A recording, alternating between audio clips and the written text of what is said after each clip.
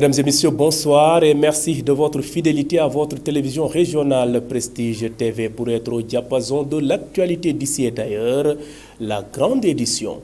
Au sommaire, l'affaire du titre foncier TF 600TH disputée entre la mairie de Thiès-Ville et l'université Iba Der Thiam de Thiès, le collège de l'UIDT revient à la charge et se dit prêt à défendre son patrimoine. La communauté mouride de Thiès a perpétué la traditionnelle Dohou Safar. Cette procession religieuse a drainé une foule immense. Les détails dans cette édition. Et puis la directrice de Green Sénégal, Woré Ganasek, a tiré sa révérence ce mardi. Cette brave femme a longtemps œuvré pour la préservation de l'environnement. Les échos sur l'international et la page sportive mettront à terme à ce rendez-vous d'information. Merci de votre fidélité. Le développement, c'est après ceci.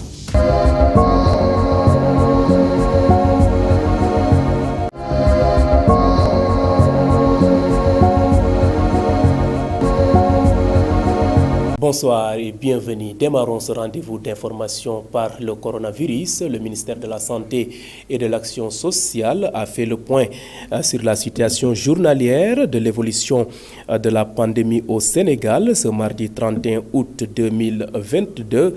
Sur 861 tests réalisés, le Sénégal a enregistré 4 nouvelles contaminations. 12 patients hospitalisés ont été contrôlés négatifs et déclarés guéris. Aucun cas grave n'est pris en charge dans les services de réanimation des hôpitaux. Aucun décès n'a été enregistré le mardi 30 août 2022.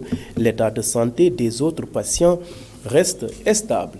Je vous le disais en titre, nécrologie dans cette édition. Woré Ganasek, directrice de l'ONG Green Sénégal, a tiré sa révérence ce mardi 30 août 2022 à Dakar. Ingénieur agronome de formation, Woré Gana a toujours œuvré pour la préservation de l'environnement et la modernisation de l'agriculture. Cette brave dame, appelée la lionne par les femmes du monde rural, qu'elle a longtemps soutenue dans leur projet, fut aussi membre du Conseil économique, social et environnemental, CESE. Pour rappel, la défunte faisait partie de ces Sénégalais qui ont décidé bien avant tout le monde de se battre pour des combats qui n'avaient pas encore pris place dans le quotidien des citoyens et citoyennes du tiers-monde. Le groupe Prestige, par ma voix, présente ses condoléances à la famille de Woré Ganasek. Comme annoncé dans les titres, le problème qui oppose la mairie de Thiès-Ville et l'université Iba Der Thiam de Thiès est loin de connaître son épilogue.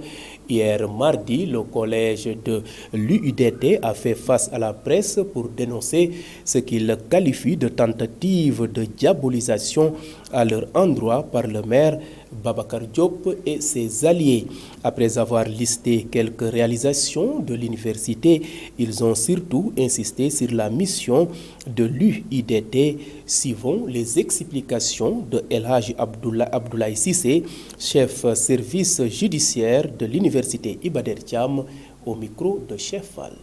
L'impact socio-économique de l'université dans la région de Thiès est sans commune mesure face à la tentative de sa diabolisation par le maire et ses alliés de circonstance à l'aide d'une campagne de matraquage médiatique fondée sur du faux. Nous pouvons noter l'implantation d'un laboratoire national d'analyse à la dimension de l'Institut Pasteur, le déploiement de nos médecins internes des hôpitaux à Thiès, Tivaouane, Mbour et Diamniadio, sans oublier le pilotage du comité régional de lutte contre la pandémie du Covid-19, et la liste est loin d'être exhaustive. À travers sa mission de service à la communauté, l'université Iba Der Thiam de Thiès a mené beaucoup d'activités très utiles aux populations, telles que les consultations médicales gratuites, l'aménagement urbain et cadastral, les formations, etc. Il faut noter que tous les maires de la ville de Thiès, ainsi que les autorités territoriales, administratives et locales, ont toujours été du côté de leur université, pour ensemble apporter des réponses aux préoccupations de la communauté thiessoise. Comment ne pas comprendre que l'université qui façonne le capital humain et produit les savoirs et savoir-faire indispensables au développement et à la résilience du pays est un patrimoine national qu'il faut par devoir préserver et renforcer pour un meilleur devenir de la nation. Restons toujours sur ce différend. L'université ne compte pas reculer d'un iota pour céder ce lieu acquis à leur cause par l'État du Sénégal, selon toujours El Hadj Abdoulaye Cissé. Concernant le droit de propriété du TF 6000 TH que les membres du conseil municipal de la ville de Thiès brandissent, la mairie a écrit dans son communiqué qu'il l'a acquis de la SIDEC en 2002 et qu'il a été affecté par l'arrêté numéro 297 du 27 novembre 2014. À cette date, soi-disant d'acquisition de 2014 par la mairie, l'université de Thiès y était déjà bien installée. Après un lourd investissement de l'État, s'il s'agit bien du site de l'ancien cinéma Amitié, actuel auberge des jeunes et auditorium, qui a été déclaré d'utilité publique par décret numéro 2003-644 du 28 juillet 2003, qui en prononce la requalification et par la suite affecté en 2010 à l'université de Thiès sur instruction de Monsieur le Président de la République. Dans ce sillage, il faut noter que, de par la hiérarchie des normes, un arrêté ne peut pas abroger un décret. L'état de droit réel brandi par la mairie, relatif au TF 6000 TH, affecté par le dit arrêté, s'il s'agit bien du site de l'ancien cinéma Amitié, et estimons qu'une enquête devrait même être menée pour comprendre les tenants de ce titre, s'il s'agit bien du site de l'ancien cinéma Amitié. Le site du cinéma Amitié, qui a fait l'objet d'une expropriation pour cause d'utilité publique par le décret du 28 juillet 2003, ne peut être réaffecté à la mairie de Thiès par arrêté en 2014. La communauté universitaire de Thiès, au regard des difficultés évoquées, réitère son engagement et sa farouche détermination à sauvegarder son patrimoine et usera de tous les moyens légaux en sa possession pour ne pas se faire déposséder illégalement de ses biens.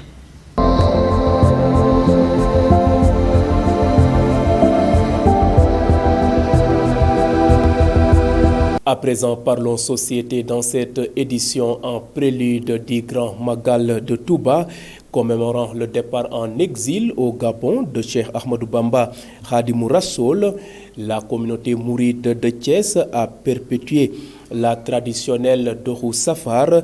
Les fidèles ont répondu en masse à l'appel des organisateurs. Le Djawrigne revient ici sur l'importance de cette procession religieuse. Le voici au micro de Doudou Dieye. kon nag taalibe buy sant morom ma rek a fi nekk te ñun ñëpp mën nañoo santante kon ci turu mbokki taalibe yëpp ñoo ngi sant mbokki taalibe yëpp. Nous remercions tous les talibés et nous remercions Cheikh Mohamed Mountaha, le représentant de Serigne Touba, lui qui nous a démontré de l'amour et nous a aussi conféré de l'autorité, tout par amour pour Serigne Touba. Il ne cesse jamais de nous donner des conseils qui nous poussent à aimer encore plus Serigne Touba. Cheikh Salih Touré, lui aussi, nous lui remercions beaucoup. L'année passée, nous avons fait 18 kamines. Cette année, nous avons doublé. Nous ne pouvons pas ne pas remercier aussi Serigne Khadim Touré qui a dirigé les Khassidas. Nous remercions l'ensemble des personnes qui ont été présentes, les talibés, aussi la presse. Et nous disons que sans vous, le travail n'allait pas réussir. kenn ku nekk li nga ci jàpp lépp am na lu ci bari xam nañ ko ndax bis bi bu ngeen jàppuloon du àgg fii. Société toujours, Dame Pluie a ouvert ses vannes dans la cité du Rail. Au quartier Médina Fall, dans la commune de Thiès-Nord, les eaux de pluie perturbent la quiétude des populations. L'accès de ce quartier est de plus en plus difficile. Les habitants qui se réveillent à Médina Fall lancent un appel de secours aux autorités compétentes et aux bonnes volontés. Au milieu des eaux, Mbondambaye, un habitant, s'exprime au micro de nos reporters Isaac Dapa, Sabel Ndiaye, Doudou Dieye et Béatrice Mendy. Vous voyez la situation que nous vivons dans notre quartier. Et pourtant, l'eau a diminué. Hier, c'était comme une mer. Aujourd'hui, c'est comme une rivière. Et c'est comme ça après chaque pluie. Ainsi, je m'adresse au maire, pas au maire sortant, mais au maire actuel, Birame Souleye. Bien vrai qu'il vient faire souvent le constat, mais il faut savoir que Médina Fall souffre toujours à cause de la pluie. Et c'est ainsi chaque fois. Surtout ici, à l'angle Mbondiahen. Vous êtes entré chez moi et vous avez vu l'eau.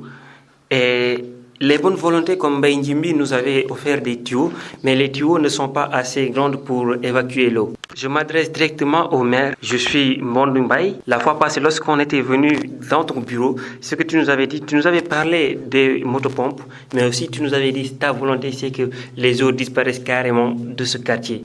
Ce qu'il nous avait promis, et nous savons qu'il pense bien en nous, mais c'est que ça prend un peu du temps, et vous voyez déjà les dégâts que ça cause dans le quartier.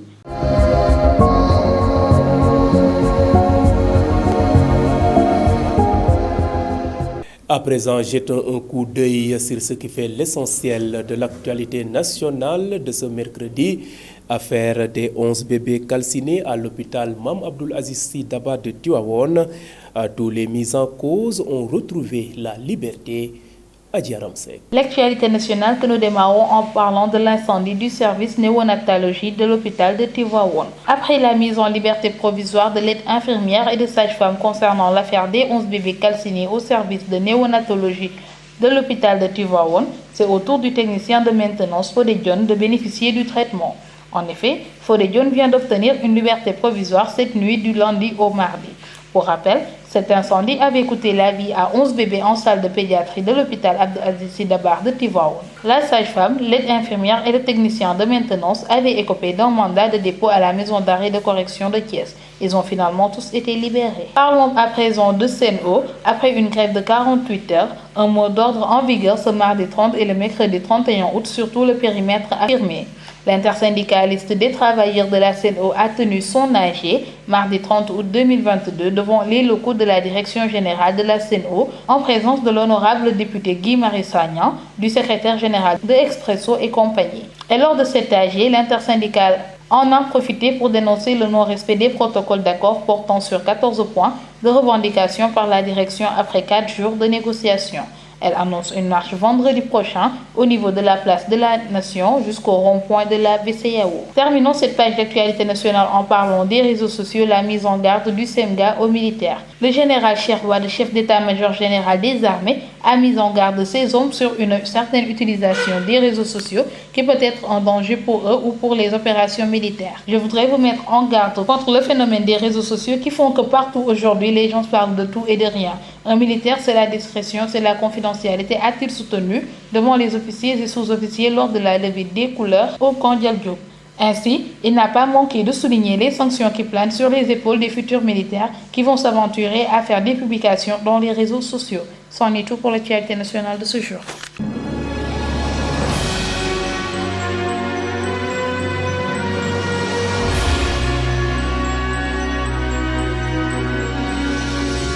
Et sur l'international, Mikhail Gorbatchev, l'homme de la perestroïka et de l'effondrement de l'URSS, a tiré sa révérence à l'âge de 91 ans. L'actualité internationale, c'est l'affaire de Isaac Dapa. Ouvrons la page internationale avec la Russie. Décès de Mikhail Gorbatchev.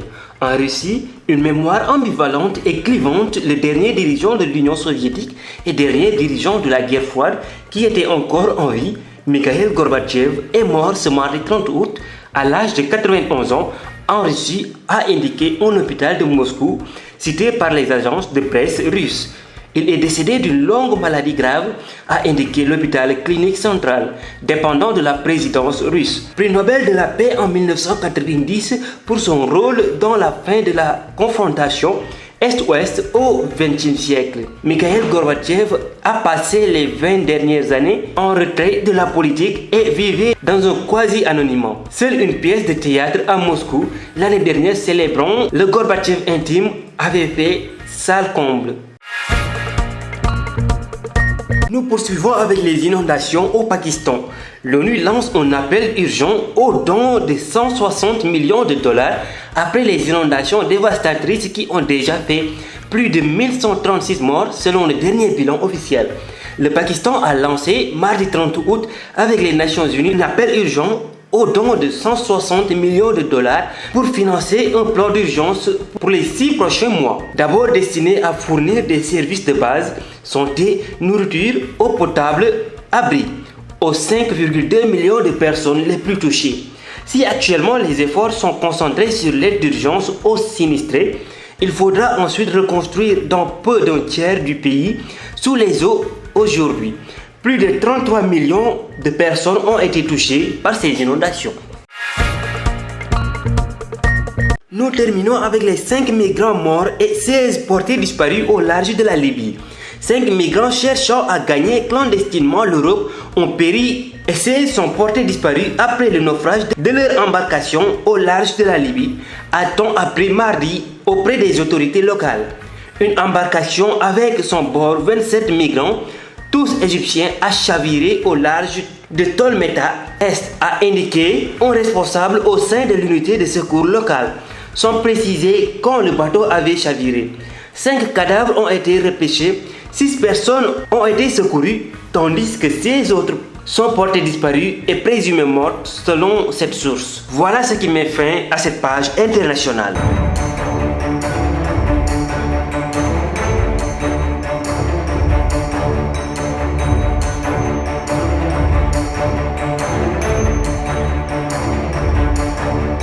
Et terminons ce rendez-vous d'information par une note sportive. Le trophée de la Coupe du Monde est attendu à Dakar les 6 et 7 septembre prochains.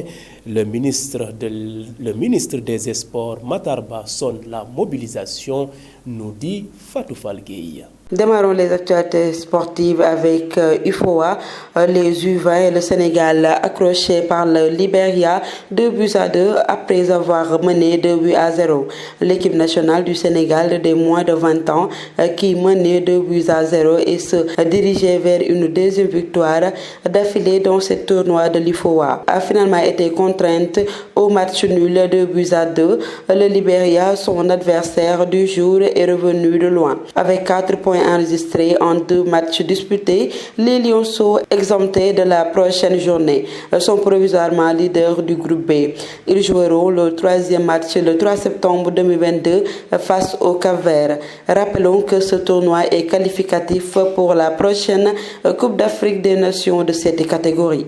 Ensuite, mercato, Paris Saint-Germain, Idrissa Gana Gueye à Everton jusqu'en 2024. La fin de la longue saga du retour de Idrissa Gana Gueye à Everton, le milieu de terrain sénégalais devrait finalement rejoindre les Toffees après un accord total convenu ce lundi entre les différentes parties. Il va signer un contrat de 2 ans avec une année en option avec Everton. Le Paris Saint-Germain va récupérer une dizaine de millions d'euros avec cette vente.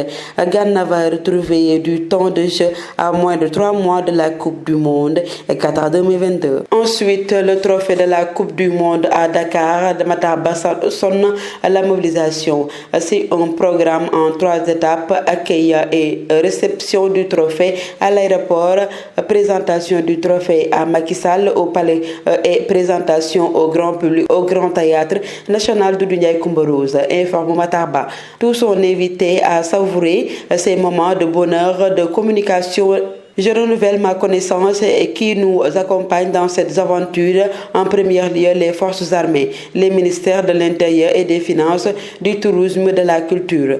Le mondial pour nous démarre le 6 septembre prochain. Il nous faut gagner le match de la mobilisation. Ce sera le premier acte et je pense que le dernier sera son retour à la fin de la Coupe du Monde. C'était tout pour les actualités sportives. Merci donc à vous Fatou Fall Gueye pour cette note sportive. C'en est tout pour cette édition de ce vendredi 31 août 2022. Vous étiez trop nombreux à nous suivre à l'étranger grâce au réseau IPTV. D'autres optent pour nos différentes plateformes, à savoir le site d'information www.prestigethies.com, les pages YouTube et Facebook Live. En tout cas, votre fidélité fait notre fierté. Merci et bonne fin de soirée.